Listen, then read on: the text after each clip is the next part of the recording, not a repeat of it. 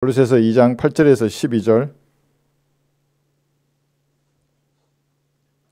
아무도 너희를 철학과 헛된 속임수로 노략질하지 못하도록 주의하라. 그것들은 사람의 전통과 세상의 유치한 원리를 따른 것이며 그리스도를 따른 것이 아니니라. 그러니까 철학을 공부한 사람들 있잖아요. 철학을 공부한 목사들. 유치한 세상 것들이고 전부 다. 하나님하고는 전혀 무관한 것입니다. 그분 안에는 신격의 모든 충만함이 몸의 형태로 거하시나니 너희도 모든 정사와 권세의 머리이신 그의 안에서 온전하게 되느니라. 11절, 이게 오늘 주제입니다. 또한 너희가 그의 안에서 손으로 하지 아니한 할례를 받았으니 곧 그리스도의 할례로 육신의 죄들의 몸을 벗어버린 것이라. 그래서 이 본문을 가지고 영적 수술을 받았는가, 이 제목으로 말씀을 전하겠습니다. 우리나라에서 연간 가장 많이 시행하는 수술은 백내장 수술이라고 합니다. 그래서 노인 인구가 많아지니까 그러겠죠. 1년에 평균 73만 건 이상을 수술한다고 합니다. 그 다음 이제 순위가 2순위부터 이렇게 10번째까지 있는데, 두 번째가 척추 관련된 수술이고, 치질 관련된 수술, 제왕절개술, 대장 내시경을 통한 수술, 마지막 10번째가 유방 부분 절제술이라고 나와 있는 신문 기사를 제가 보았습니다. 그러니까 모두 이 수술을 하는 데는 날카로운 칼이 필요한 것입니다. 보통의 칼이거나 레이저와 같은 절단하는 기구가 필요합니다. 그리고 이제 숙련된 의사와 간호사의 손길이 중요한 것입니다. 칼은 날이 서고 소독이 되어 있어야 합니다. 의사는 전문적인 의학 지식을 바탕으로 이 칼들을 잘 다루어서 병든 부위나 암세포를 정확하게 도려내야 하는 것입니다. 그런데 수술하는 칼이 제대로 소독이 되어 있지 않거나 녹이 스릇하면 어떻게 되겠습니까?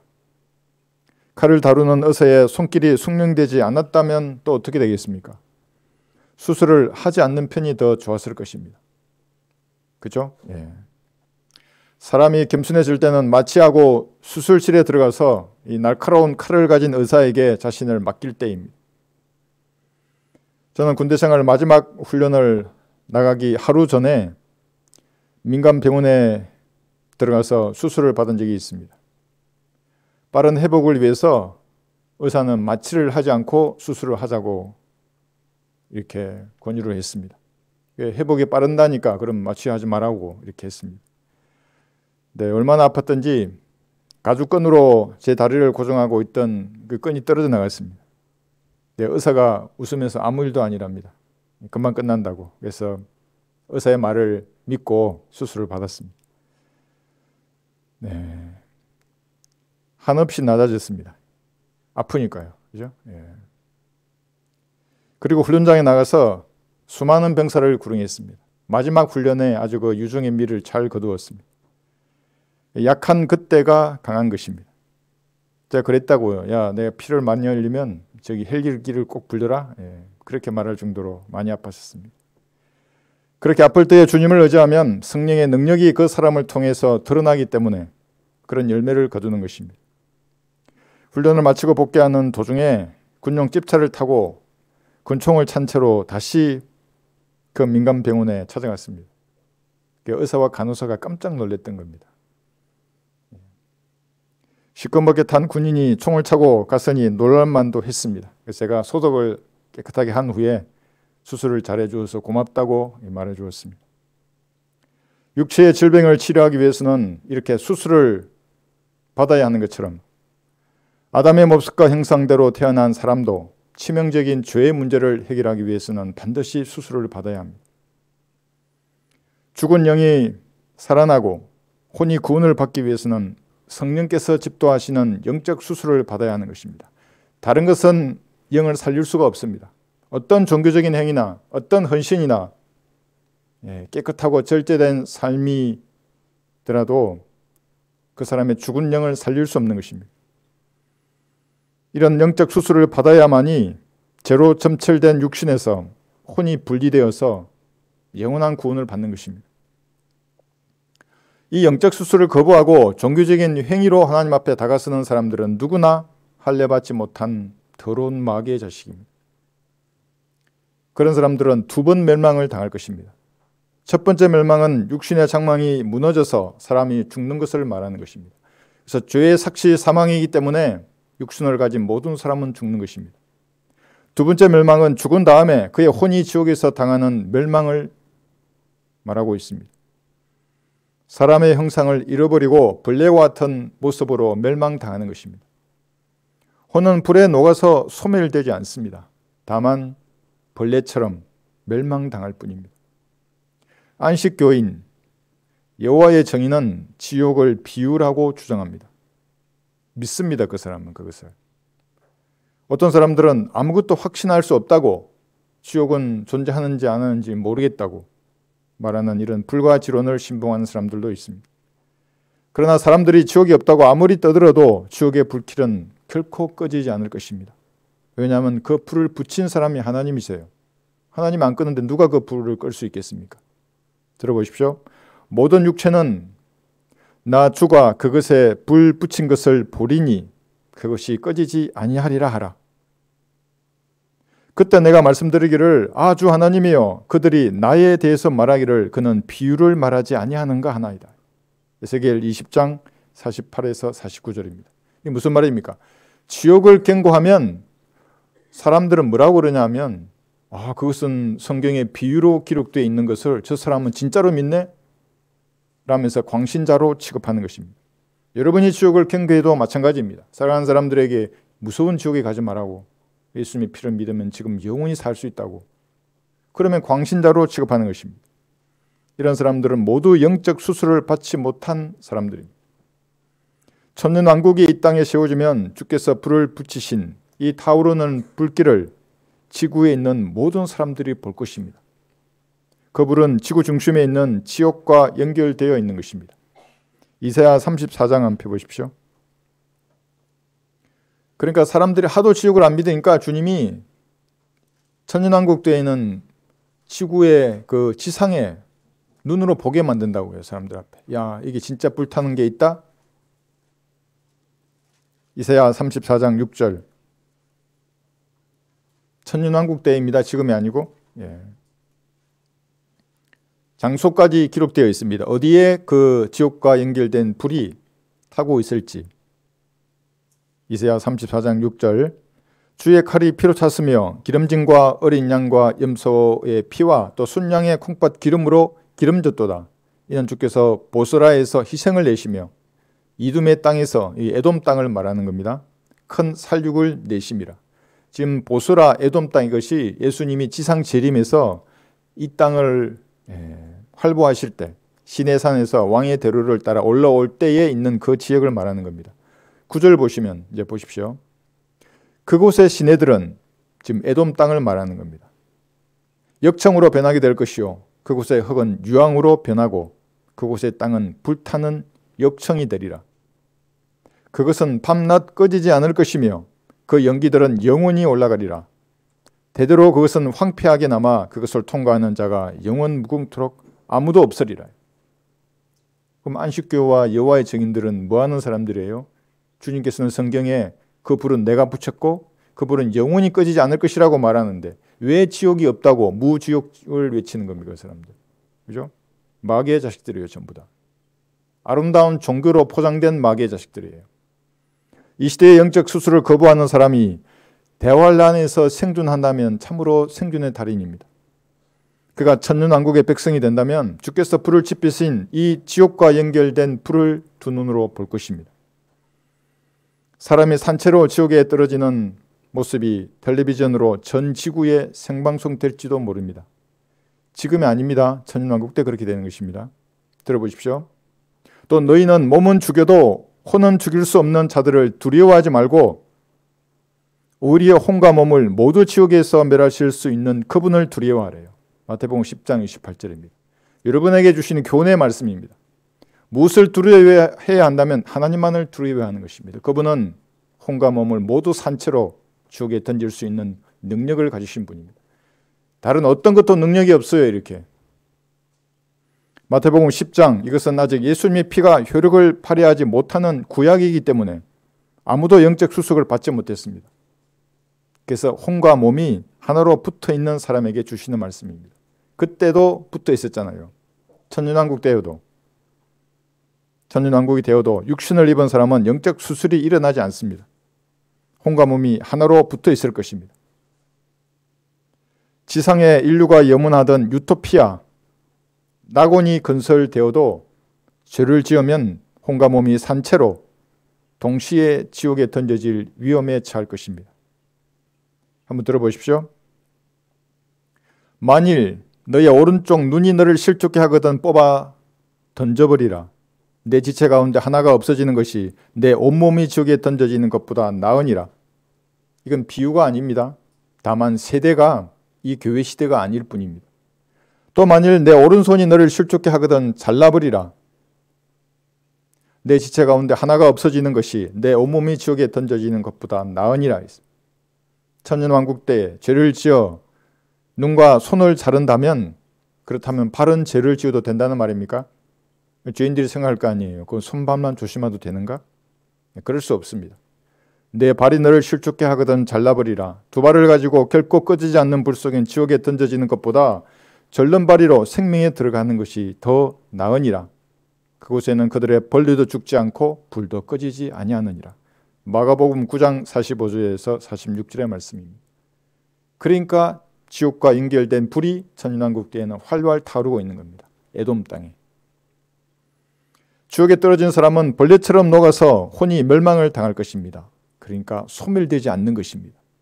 사람의 형상을 잃어버리는 것이 멸망입니다. 가장 수치스러운 모습으로 백보자 심판에서 등장할 것입니다. 그 사람들.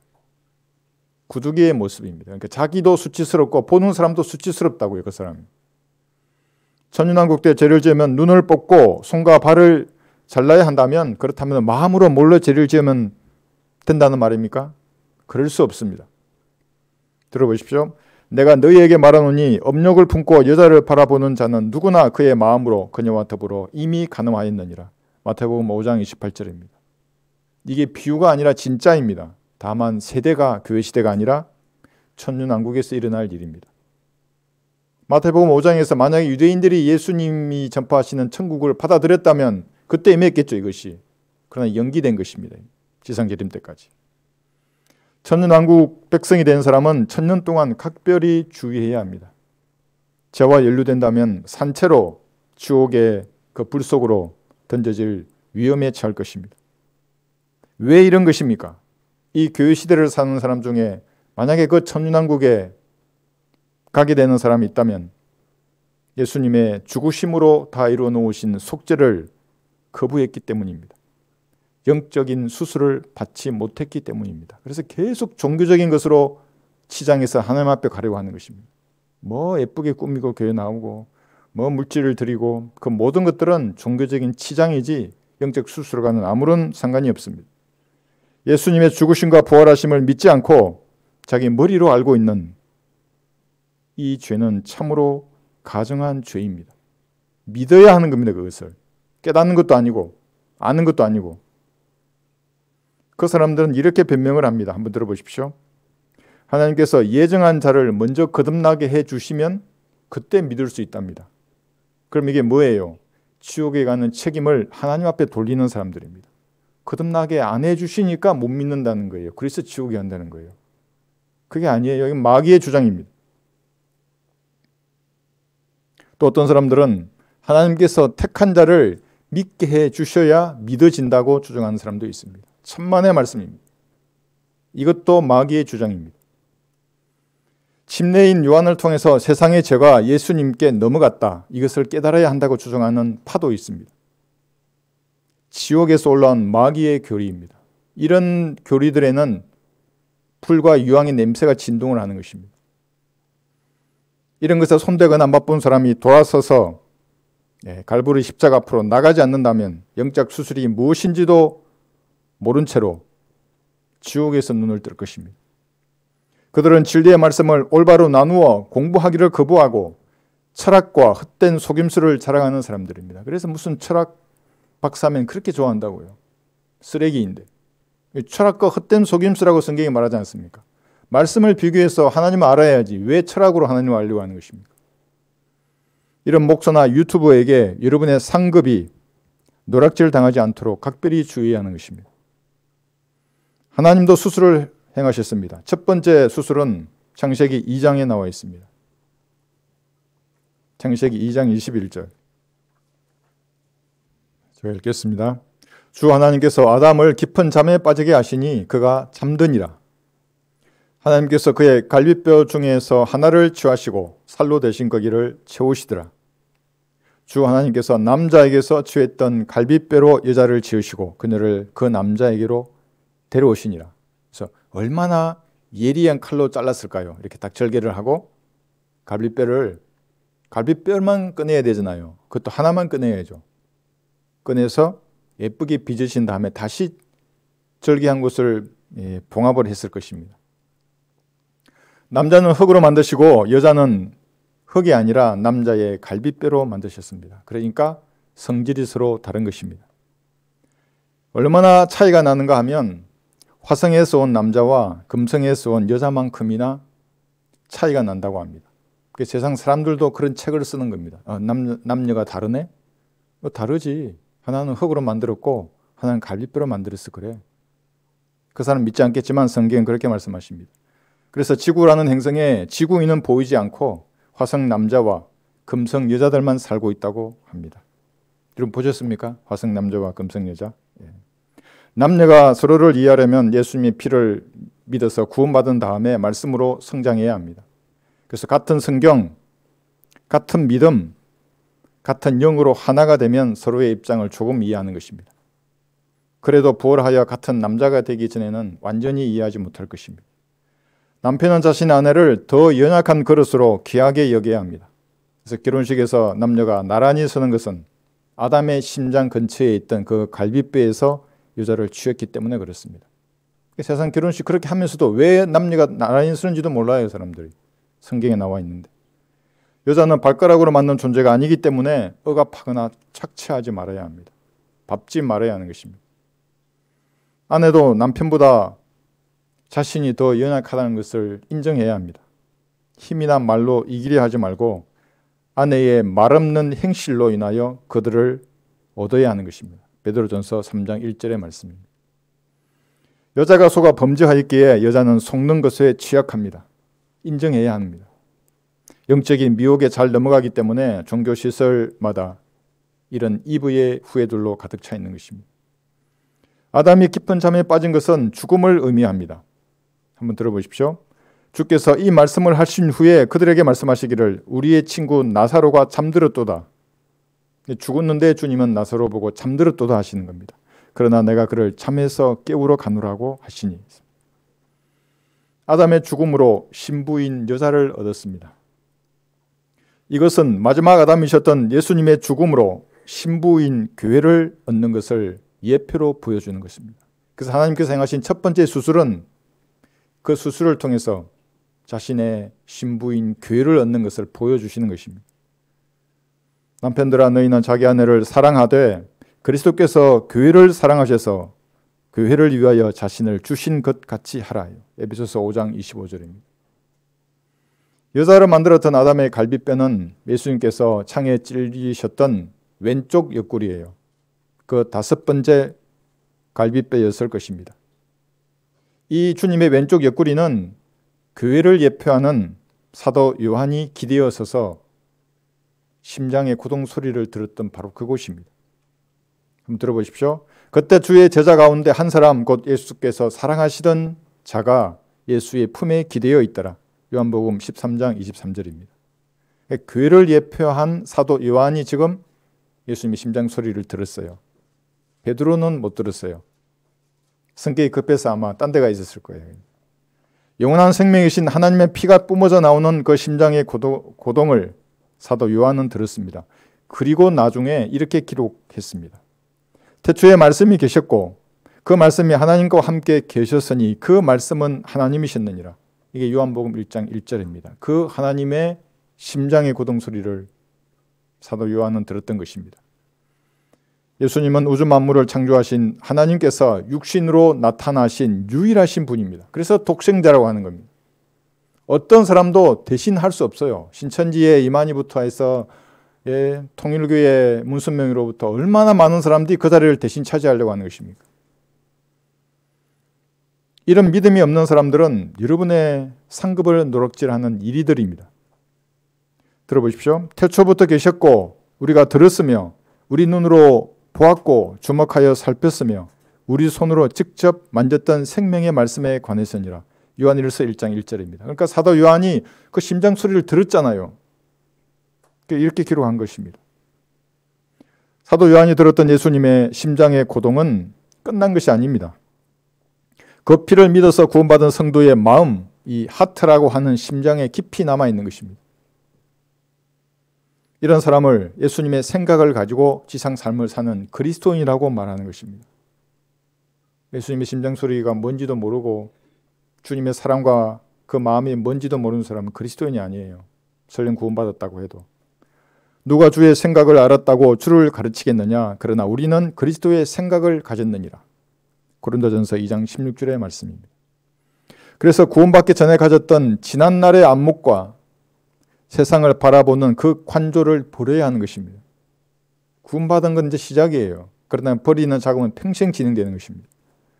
성경을 올바로 나누어 공부한 그 창문을 통해서 바라보는 세상이 아니라면 과감하게 창문을 닫아버려야 합니다. 옛날 제가 살았던 시골 마을에는 기차가 있거든요. 기차를 타고 통학을 했습니다. 그 기차 여러분 타보셨나요? 비둘기요? 그 쫙 창문이 쫙 나져 있잖아요. 왜 좌우측으로 그죠? 손으로 들었다가 내리는 그 창문입니다. 어떤 창문을 통해서 바라보느냐에 따라서 바깥에 보이는 풍경이 확연히 다른 것입니다. 어떤 사람은 도로가 보이고 어떤 사람은 호수가 보이고 산이 보이는 것입니다. 여러분도 성경을 통해서 바라보는 세상이 아니면 그 창문을 닫아버려야 되겠습니다. 마귀가 심어주는 거짓 환상입니다. 그런 것들. 매서운 겨울 한파를 여러분 피부로 느낀다면 은혜의 복음을 듣지도 못하고 죽어가는 동토의 왕국에 갇혀있는 동포를 깊이 생각해 보아야 합니다. 북녘 동포에 대한 연민의 생각이 조금도 들지 않는다면 그 사람은 예수님의 심장의 그 고동 소리를 잊어버린 사람입니다. 예수님 그들을 위해 죽으셨잖아요. 수치를 당하셨고 영원한 생명을 주고 싶어 하신다고요. 그 사람들에게. 그러나 그저 자기 육신, 자기 집안, 자기 사업, 자기 종교밖에 모른다면 이 겨울 야산에 꿀꿀거리면서 먹이를 찾아다니는 그 야생 멧돼지하고 무엇이 다른 것입니까? 여러분은 말씀을 공부함으로써 변화를 받아서 예수님의 그 생각과 행동을 실천해야 하는 것입니다. 진지하게 기도하셔서 주님께서 주시는 지혜와 용기로 믿음을 실행해야 하는 것입니다. 생각만 하는 소용이 없어요. 실행해야 하는 것입니다. 이것은 아담이 죽음으로 신부를 얻었듯이 예수님의 죽음으로 신부가 된 신약의 성도가 마땅히 가져야 할 자세입니다. 두 번째 하나님께서 행하신 수술은 창세기 17장에 나와 있습니다. 창세기 17장 9절 한번 보겠습니다.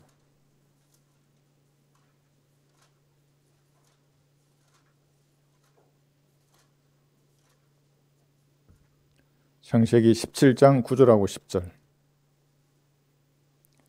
할례에 관한 말씀입니다.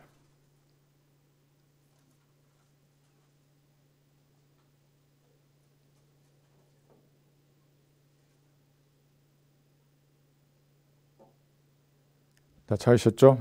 또 하나님께서 아브라함에게 말씀하시기를 그러므로 너는 내 언약을 지키고 너와 내 뒤에 올 씨도 대대로 지키라 그랬어요.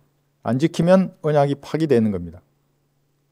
이것이 나와 너희와 내 뒤에 올 씨 사이에 맺은 너희가 지켜야 할 나의 언약이니 너희 가운데 모든 사내 아이는 다 할례를 받을지니라 했어요.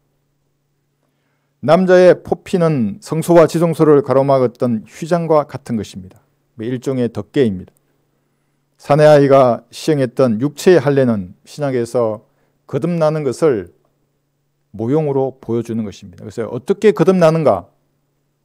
이 주님께서 행하신 이 할례가 그것을 보여주는 것입니다. 무언가로부터 잘려지는 것입니다.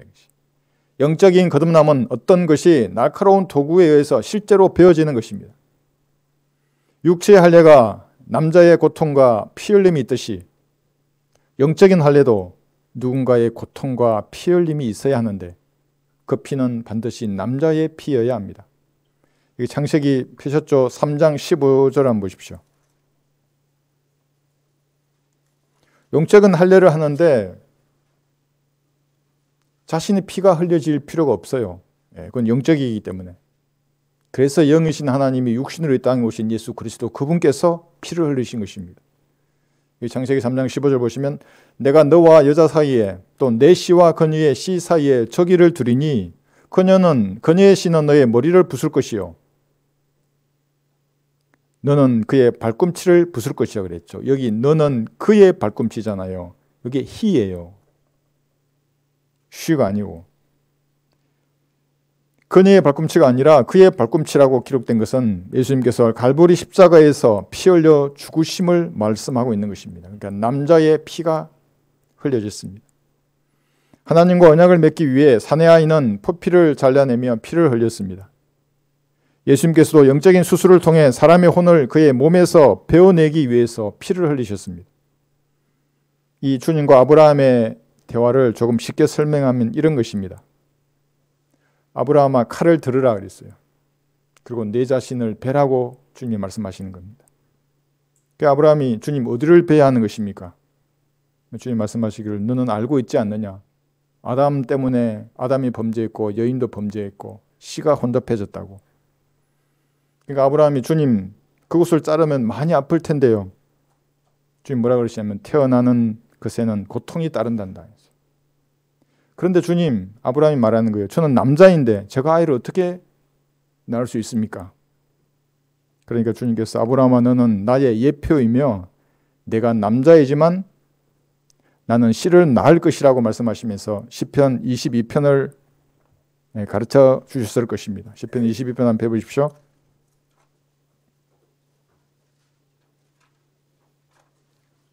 시편 22편 30절.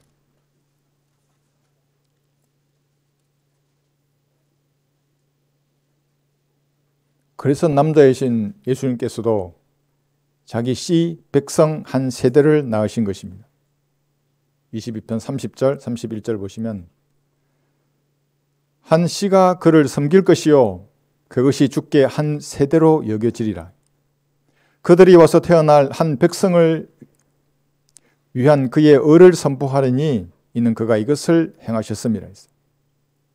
여기에 등장하는 씨와 한 백성은 예수님께서 흘리신 그 속죄의 피를 믿음으로 구원받은 신약의 성도를 말하고 있습니다. 예수님의 죽음으로 얻은 신부입니다. 이들은 실제적인 씨인과 동시에 남자의 신 예수님께서 낳으신 실제적인 한 세대입니다. 바로 여러분들입니다. 그러니까 여자 하나님이라고 부르는 그 할머니 또 남자들 이 전부 마귀의 세력입니다. 본문을 보십시오. 골로새서 여기 2장 9절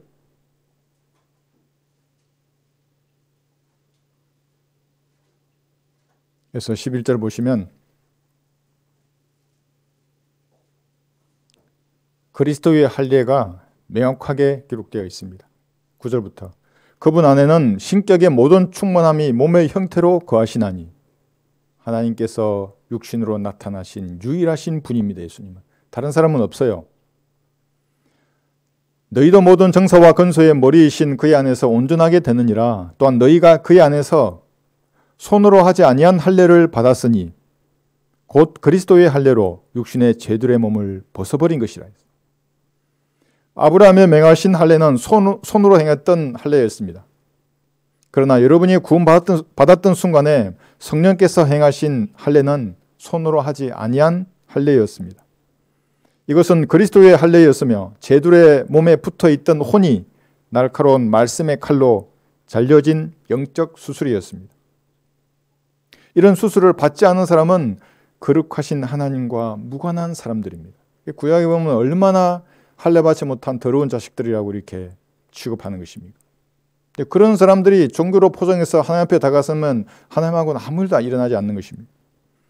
그리스도의 할례는 예수님으로 구주로 영접한 사람에게 지금도 일어나고 있는 영적 수술입니다. 한 번 받은 구원을 영원히 보장하시는 성령의 역사입니다. 이것을 성경은 한 침례라고도 말하며 한 몸 안으로 침례를 받고 한 성령 안으로 마시게 되었다고 말씀하고 있습니다. 고린도전서 12장 한번 보십시오. 고린도전서 12장 13절 보시면, 그러니까 이런 영적 수술을 받지 않은 무자격 목사들, 무자격 유튜브들이 얼마나 많이 떠드는지 몰라요, 하나님에 대해서. 고린도전서 12장 13절. 유대인이나 이방인이나 종이나 자유인이나 한 성령에 의하여 우리 모두가 한 몸 안으로 침례를 받았으며 또 모두가 한 성령 안으로 마시게 되었느니라. 그죠? 예수님의 피를 믿는 순간에 영적 수술이 일어나고 예수님의 몸 안으로 잠기게 되는 겁니다. 그래서 몸의 일부가 되는 것입니다. 구원을 받은 사람은 보이지 않는 영적인 수술을 통해서 예수님의 몸 안으로 들어간 것입니다. 성령 침례를 받은 사람들입니다. 또다시 무슨 침례가 필요 없어요. 그리스도인이라면 자신이 어떻게 구원받았는지 명확해야 합니다. 예수님의 피를 어떻게 믿었는가 자신을 되돌아보고 말할 수 있어야 하는 것입니다. 그렇게 하지 못하면 날카로운 칼로 할례를 조금 하다가 그만둔 사람과 같을 것입니다. 생각해 보세요. 할례를 좀 하다가 간뒀어요. 그거 얼마나 아프겠어요. 그렇게 아프기 때문에 구원의 확신을 이야기하면 기분이 나빠지고 화를 내는 것입니다. 상처만 받았거든요. 그게. 잘려나갔어야 되는데. 요즘은 구원 받았냐고 이렇게 물어보면 정답을 외우고 다니는 사람도 있습니다. 그대로 얘기 거듭났다 그러고, 어떻게 거듭났냐 그러면 예수님을 구주로 영접했다 그러고, 예수님 피를 믿는다 그러고, 그러냐고, 어떻게 믿었냐고 대답을 못하는 거예요. 어떻게 믿었냐고 말해버려. 그때의 상황을 알 거 아니냐고 말 못해요. 그 사람들은. 외우지 말고 믿어야 하는데 교회라는 곳에서 그런 믿음을 발휘하지 못하도록 다양한 마귀적인 교리가 있는 것입니다. 은혜의 복음을 믿고 구원받는 것은 1 더하기 1은 2라고 아는 것만큼 쉬운 것입니다. 어려운 게 전혀 없어요. 그것이. 이런 것도 어떤 사람은 1 더하기 1은 귀요미라는데요. 어찌되었거나 어렵지 않아요. 은혜의 복음은. 이렇게 쉬운 복음을 마치 미적분을 푸는 것처럼 어렵게 만드는 사람이 있다면 그 사람은 흑암의 세력입니다. 다만 진지하고 정직하게 갈보리를 쳐다보면 누구든지 구원받을 수 있어요. 누구든지. 이것을 외면하는 사람들, 그 사람에게는 하나님의 저주만이 있을 것입니다. 한번 들어보십시오. 율법으로 어렵게 된 너희는 누구든지 그리스도가 무용하게 되고 은혜로부터 떨어져 나갔느니라. 아브라함과 그의 씨들에게 명하신 이 육체의 할례는 그들에게는 절대적인 명령이었습니다. 출애굽기 4장을 한번 보십시오.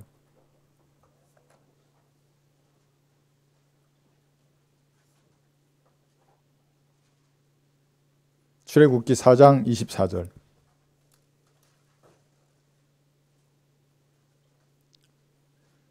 (25절) 예.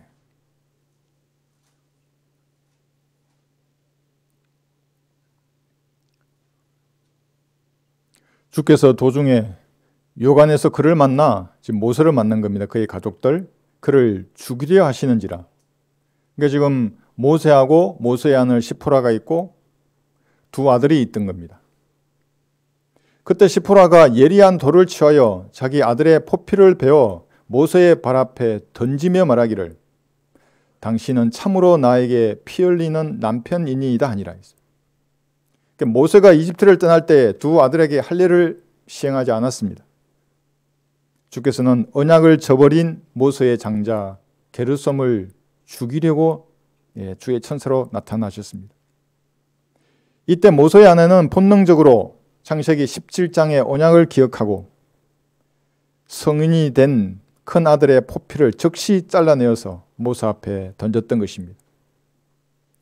그런데 만약 그렇게 하지 않고 모세에게 막 잔소리하면서 당신이 베라고 이렇게 막 했다거나 무서워서 주의 천사가 나타나니까 이제 죽일 것 같거든요. 모세 뒤로 숨었다거나 뭐 기도한다거나 그렇게 하지 않았습니다. 그 말 없는 행실이 무엇인지를 구약의 시프라가 먼저 모범을 보여주었습니다. 그렇게 하지 않았다면 할례 받지 못한 게르솜은 그 자리에서 죽었을 것입니다. 그러니까 화성 남자나 금선 여자가 중요한 것이 아니라 하나님의 말씀을 실행할 그 행동하는 믿음이 있느냐 없느냐, 이것이 중요한 것입니다. 주께서 인류를 보실 때에는 두 부류의 사람으로 분리하여 보십니다. 중간은 없습니다. 한쪽은 영적 할례를 받아서 영생을 가진 하나님의 자녀입니다. 혼이 육신에서 분리된 겁니다. 그 이 혼이 영원히 구원받고 영원히 구원이 보장되는 것입니다. 반대편은 영적 할례를 거부하는 마귀의 자식들입니다. 그렇지만 종교로 아름답게 치장해요. 인간의 도덕이나 윤리로 치장한 사람도 있고, 그렇죠? 영적 할례를 받다가 그만두어서 상처만 입은 사람들도 있습니다. 그 사람도 죽은 영을 가지고 있는 사람입니다. 그들은 수없이 복음을 들어도 끄떡도 하지 않는 것입니다. 지옥을 경고하고 예수님의 피의 능력을 아무리 얘기해도 조금 상처 입고 끝나는 겁니다. 그 사람들. 여러분은 영적인 할례를 받은 거룩한 성도입니다. 육신의 죄들의 몸을 벗어버렸습니다.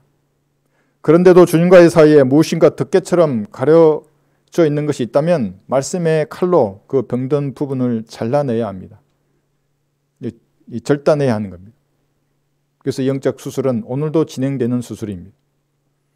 그렇게 해야 마지막 교회 시대에 이 모세의 아들 시프라처럼 자신의 믿음을 행동으로 발휘하는 것입니다.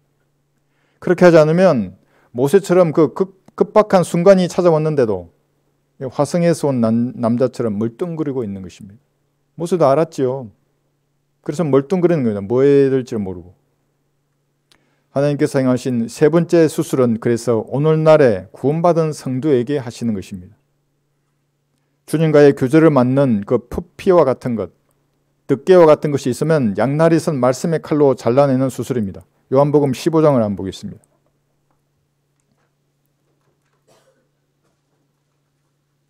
요한복음 15장 3절.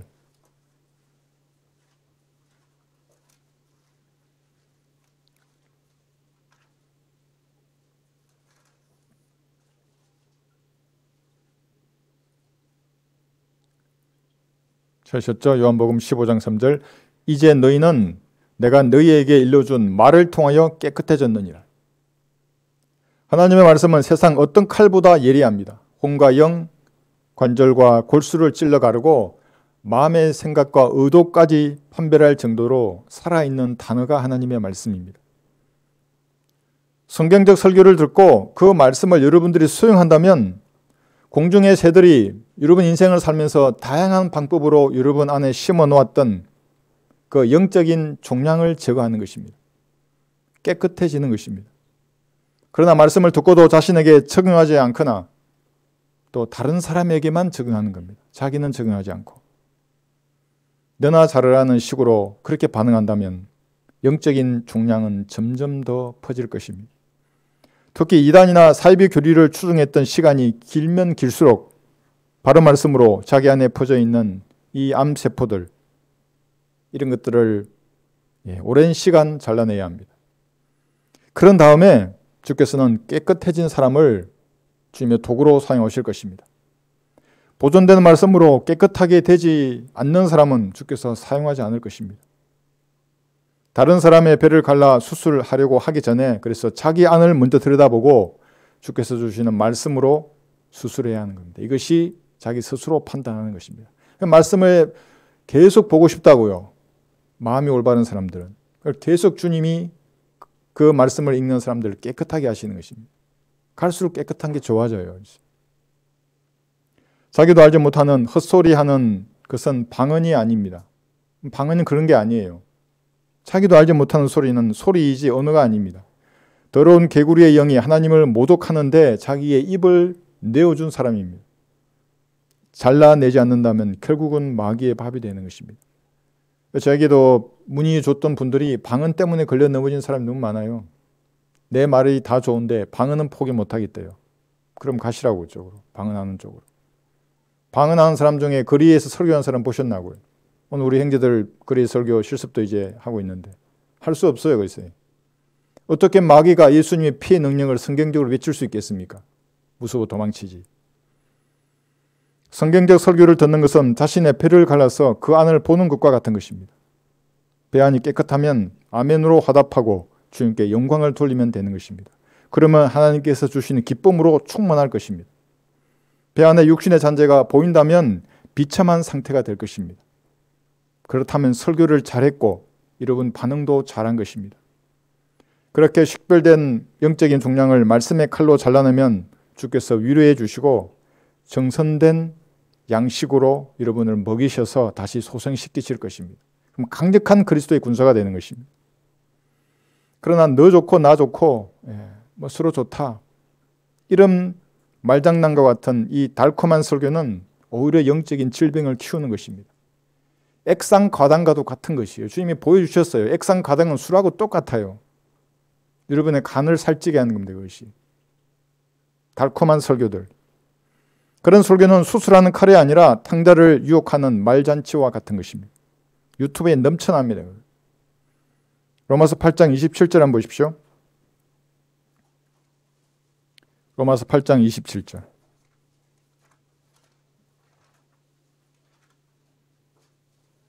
여러분이 위로받고 싶으시고 힘을 얻고 싶으시면 말씀 앞으로 다가서서 무엇인가 잘라내려고 할 때 그게 반응하는 겁니다.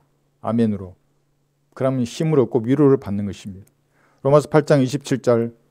마음을 살피시는 분이 성령의 생각이 무엇인지 아시나니 이는 그분이 하나님의 뜻대로 성도들을 위하여 중보하시기 때문이라. 이 중보라는 것이 여러분이 기도해도 중보하시고 기도하지 않아도 성령께서 중보하고 계세요. 성부 하나님께서는 여러분 안에 가시는 성령 하나님의 생각을 통해서 마음을 살피고 있습니다. 상처받은 여러분의 마음을 아픔을 아시는 분은 성령 하나님밖에 없습니다. 성부 하나님 마찬가지시고 주님만이 아시는 것입니다. 미래에 대한 두려움도 아시고 현재의 필요도 누구보다도 잘 알고 있습니다. 또한 영적 수술을 받아서 깨끗하게 되어야 할 부위를 주께서는 알고 계십니다. 성령께서는 이 모든 것에 대해서 매 순간 하나님의 뜻대로 여러분을 위해서 중보하고 있습니다. 이것이 성도가 받은 가장 큰 축복이고 특권입니다. 다른 사람 위해서는 중보하지 않습니다. 자신의 피로 이렇게 영적 수술을 받은 성도를 위해서 중보하시는 것입니다. 다만 말씀을 들을 때 여러분에게 적용해서 주님께서 그런 수술을 하시도록 해야 하는 것입니다. 어떤 사람은 제 설교를 듣고 자신을 비난한다면서 카톡으로 항의하는 사람도 있습니다. 제가 그분을 어떻게 알아서 비난을 하는 것입니까? 그렇잖아요. 설교할 때는 제 방에 성경밖에 없어요. 아무것도 없어요. 사방이 갇힌 벽이에요. 근데 어떻게 제가 그분을 알아서 뭐가 어쩌고 이러면서 제가 비난하겠습니까? 이런 분들은 설령 구원을 받았을지는 모르지만 더 이상 영적인 성장을 없을 것입니다. 영적인 종량이 매일 성장하는 사람입니다. 들어보십시오. 이제는 너희가 이 모든 것, 즉 분냉과 성냉과 악의와 하나님을 모독하는 것과 너희 입에서 나오는 추잡한 말을 벗어버리라. 이 잘라버리란 말이에요. 이 성도에게 하는 말입니다. 서로 거짓말하지 말라. 너희가 그 행위와 함께 옛사람을 벗어버리고요. 골로새서 3장 8, 9절의 말씀입니다. 이 잘라내는 거지 않습니까? 성도들에게 하는 말씀이십니다. 잘라내라고 말씀의 칼로. 성령께서는 오늘도 옛사람에 속한 그 모든 것들을 제거하시기 위해 영적 할례를 받은 거룩한 성도 안에서 역사하고 있는 것입니다. 하얀 거짓말 이런 건 없어요. 거짓말을 해야 될 경우라면 말을 안 하면 되는 것입니다. 다르게 표현하든지. 왜냐하면 거짓말 한다는 것은 마귀에게 점유당한 거예요. 이미. 결론적으로 사람이 병에 걸리면 육체의 수술을 시행해서 치료를 하는 것처럼 하나님께서도 다양한 영적인 수술을 시행하셔서 치료하고 계십니다. 하나님께서 행하셨던 그 첫 번째 수술은 아담을 깊은 잠에 빠지게 하셔서 그의 갈비뼈로 여자를 만드신 수술이었습니다. 남자는 흙으로 만드시고 여자는 남자의 갈비뼈로 만드셨기에 화성 남자와 금성 여자만큼이나 차이가 있지만 구원받고 영적으로 성장하면 서로를 이해할 수 있습니다. 아담이 행하신 이 첫 번째 수술은 마지막 아담이신 예수님의 죽음으로 신부인 교회를 얻는 사건을 예표로 보여주는 것입니다.